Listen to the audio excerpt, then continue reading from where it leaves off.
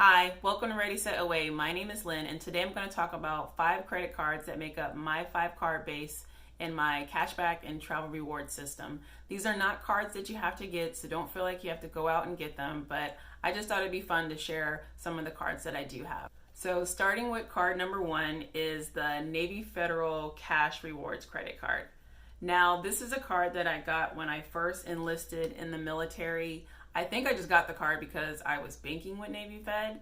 I knew nothing about cashback, travel rewards. I just got the card purely because I was banking with them. But one of the things that I like about Navy Federal is that they're very no-fee friendly. So with this card, you get 1.5% cash back on all your purchases. There's no annual fee, no balance transfer fee, no foreign transaction fee, no cash advance fee. There's no limit on the rewards that you can earn. There's no expiration while the account is open. And you can start redeeming as soon as you earn them. So if you have $5 and you want to apply that to your, you want to do a statement credit, you can do that at $5. I really like how you don't have to wait until you have $25 built up in the account before you can redeem your rewards. So that is my very first card. The current limit that I have on this card is $10,000. I don't use the card on a daily basis. I just have a small charge on that account, and then I just set up an auto payment to pay it off monthly. This will not be a good beginner card for everyone because not everyone is eligible to join Navy Federal Credit Union. But if you are, this could be a potential card that you can get to just have a simple cashback strategy. You get to earn 1.5% on all your purchases, and you don't have to worry about maxing out the rewards that you can earn, and you get the flexibility of redeeming in any amount that you want. The next credit card that I got was the Citi Double Cash. And I got this card because in the beginning I was cashback focused. So I was looking for a card that would cover the miscellaneous expenses that were outside of groceries, gas, and dining out. So this was a card that I got. And one of the cool things is that after a while, Citi sent me a new card, and I actually have the World Elite MasterCard. So this Double Cash is a World Elite card. They do exist. I don't know what you have to do to get upgraded to the World Elite. I just got it after a while. But what I really like about this card is that it is 2% cash back. So you earn 1% cash back for all of your purchases, and then you earn 1% cash back when you make a payment. There are no caps to the cash back that you can earn. There's no rotating categories, so you don't have to worry about that, and there's no annual fee. This is just a great, simple, straightforward cashback card to have. So if you want to have one card for all your purchases with no cashback limit and no rotating categories, this would be a great card to consider. You do have to earn at least $25 in cash back before you can apply it as a statement credit. At least that's what it was when I got the card. I believe it still is that way. But outside of that is an easy, simple card to use. Citi did make some changes that will allow you to take the points that are the cash back that you earn from the Double Cash card, convert that to Citi Thank You points, and then have access to some of their transfer partners. I don't have the full details on that yet, but that is something to consider. But if you're just looking for a card that is just straight cash back and no rotating categories and no limit to the amount of cash back that you can earn, this could be a good card to consider if you're just starting out and you don't want anything that's too complicated. My current credit limit with the Citi Double Cash card is $6,500. With this card, I also have a small reoccurring charge, monthly charge that I just put on this card, and then I just set up an auto payment, and that's pretty much how I use it. I may use it in the future if I want to focus on just cashback, just uncomplicated cashback strategy. I may use it in the future for miscellaneous purchases, but for right now, it's just a card that I just use, that I don't use, and I just do a small transaction and just pay it off every month. So the next card that I got was the IHG Rewards Club credit card. And I got this card as an introduction to earning sign-up bonuses. So I needed to get a window installed, and that was going to cost about $1,800. And I think at the time when I got this card, the minimum spend requirement was $2,000, and then I would earn 80,000 IHG points. So I went ahead and applied for the card. I paid for the home repair, and then shortly after, I earned the sign-up points. This card does have an annual fee of $49, and unfortunately, this card is no longer available. So this would not be a good beginner card.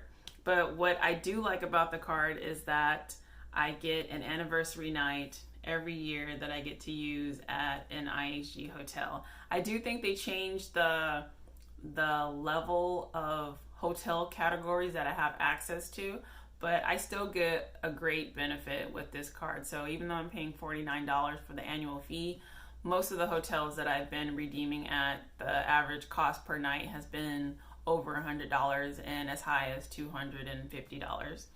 You earn 5 points per dollar spent at an IHG hotel. You earn 2 points per dollar spent on gas stations, groceries, and restaurants, and you earn 1 point per dollar spent on all other purchases.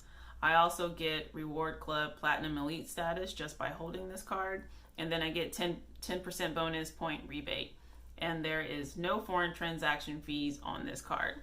The IHG card is a card that I will keep indefinitely until Chase makes me get rid of the card, which they have been trying to do because they keep sending me offers to product change the card, but I will not do that.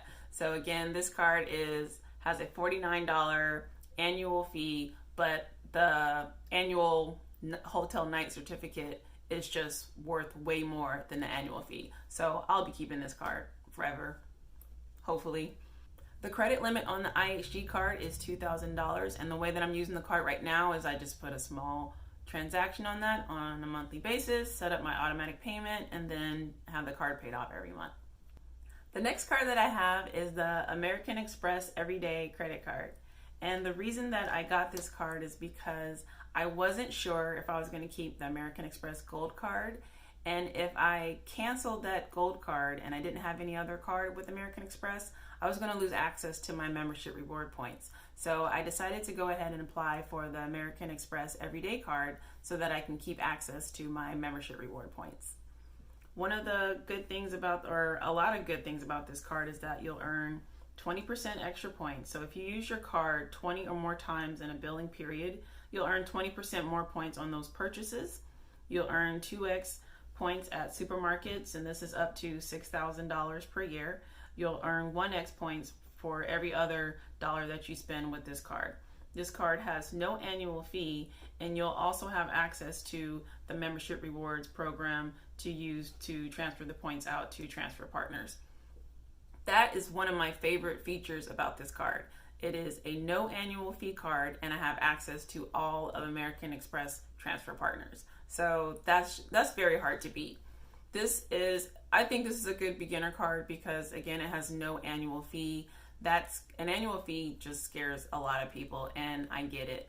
And if you're new to utilizing transfer partners, you may not want to get the most premium card in any points program, because if you don't know what you're doing, you can be losing a lot of value. So this is a card that I do think is a great beginner card. The way that I'm using it right now, I just have a couple of purchases that I put on it every month, and then I just pay it off. The current limit that I have on this card is $10,000. So I'm not using it all the time. Maybe I will in the future if I want to change up my strategy, but honestly, I think I'm just keeping it because I'll always have access to my membership reward points.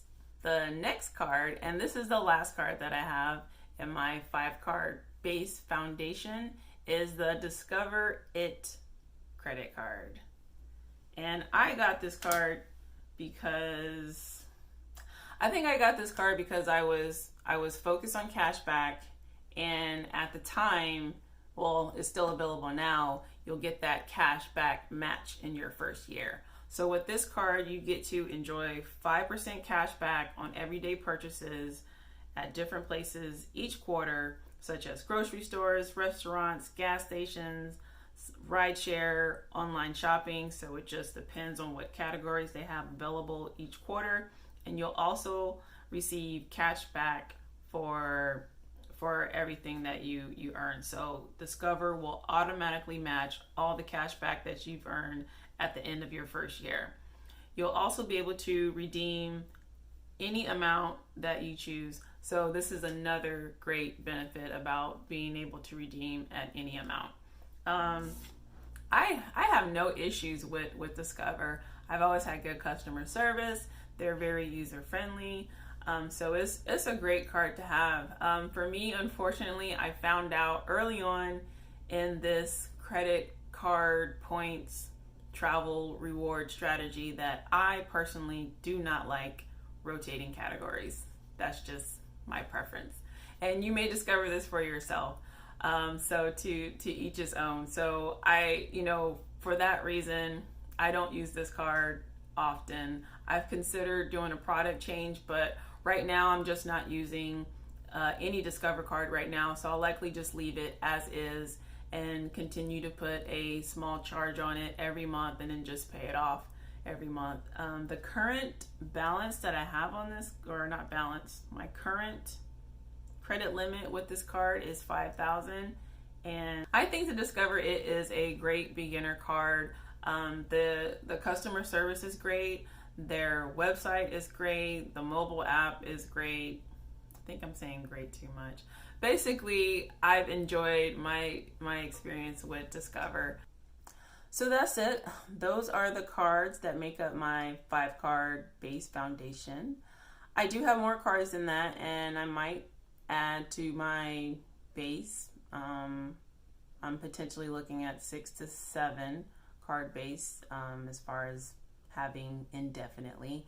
I'm just not sure which ones I want to keep forever yet, and who knows, I might change my mind on which cards I have in my 5-card base. But yeah, that's it. Like, share, subscribe, leave a comment below. Let me know what you think about these cards being a potential beginner card. Let me know what you guys have. I'm curious to see what you guys have, and I'm sure that'll help folks that are stopping by on the channel. I'm sure that'll help folks out to see what other people have in case they're on the fence. Yeah, so see you guys later. Take care.